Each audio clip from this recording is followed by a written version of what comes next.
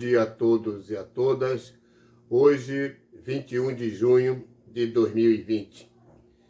Infelizmente, fechamos a semana com o número de 50 mil mortes nesse período aí da crise sanitária de coronavírus, né? Então, há 53 dias atrás, o presidente da República, quando tínhamos no total de 5 mil mortes, há 53 dias atrás, o presidente falava: e daí, o que é que eu posso fazer? Se passaram 53 dias e chegamos a esse número absurdo de 50 mil mortes.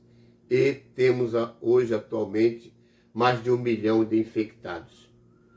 Segundo os epidemiologistas, infectologistas, chegaremos a agosto com uma previsão de 100 mil mortes e da forma como se está indo, chegaremos aí a quase 2 milhões de infectados no Brasil. Infelizmente, esses são os dados. Mas isso tem muito a dizer da forma como nós estamos sendo governados. Um país que em plena pandemia não tem um ministro da Saúde, não tem o ministro da Educação, se diz muito mais desse país do que outras coisas. Por quê? É na saúde, no nosso Sistema Único de Saúde, que poderíamos prevenir toda essa catástrofe anunciada. É no Ministério da Educação, no convênio com as universidades, que poderíamos desenvolver mecanismos de proteção para combater essa pandemia. Mas não. Nós temos um governo negacionista que nega a ciência, nega a cultura e nega a saúde, né? Não é à toa que ocuparam o Ministério da Saúde com os generais.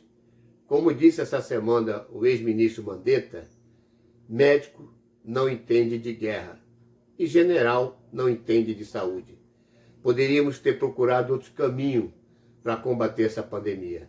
Mas no discurso anterior, quando era deputado, o próprio Jair Bolsonaro dizia que era necessário morrer 30 mil pessoas no Brasil para nós podermos dar certo.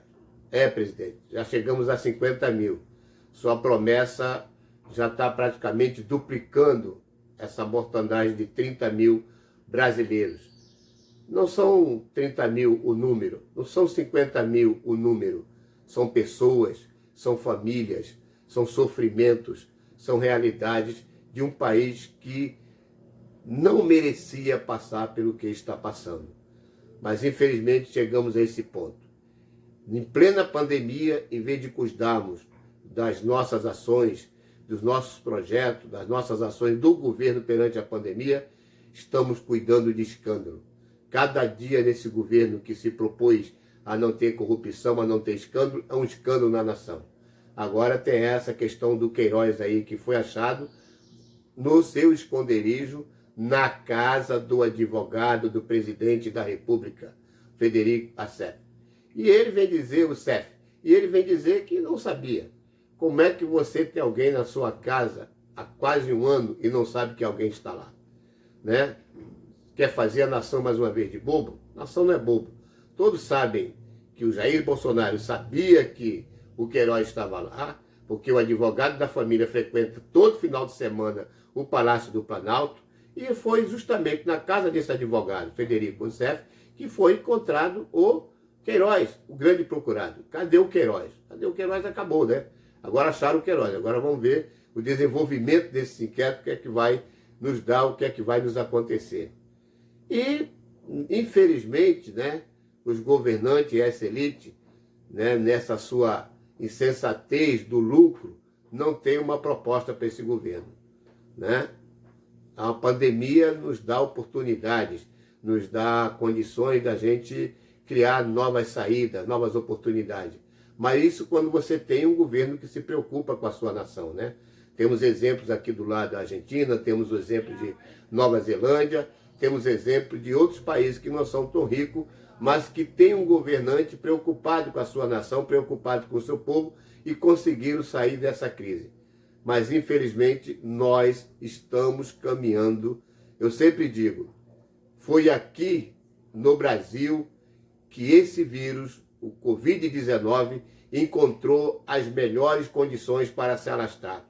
Aqui ele disse, esse país me recebeu de tapete vermelho, as autoridades me recebeu de tapete vermelho. Aqui eu vou me espalhar, aqui eu vou fazer a festa. E o vírus está fazendo a festa no Brasil. Nós não gostaríamos aqui de estar falando dessas tragédias. Gostaria de estar falando que o governo inaugurou um hospital de campanha para combater o coronavírus na Baixada Fluminense.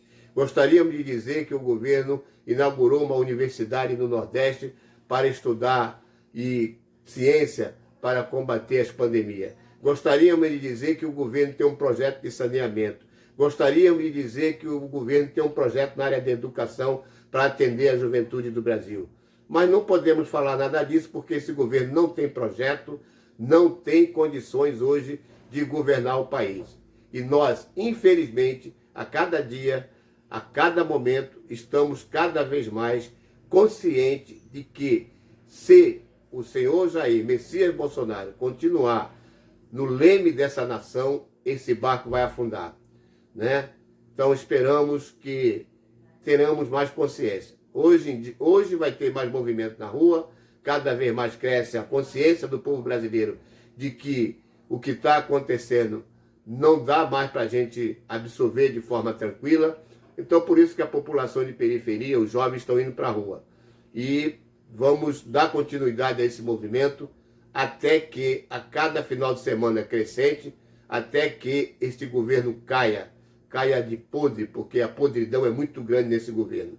Um bom domingo a todos e a todas, um abraço e mais uma semana de luta e mais uma semana que tenhamos esperança.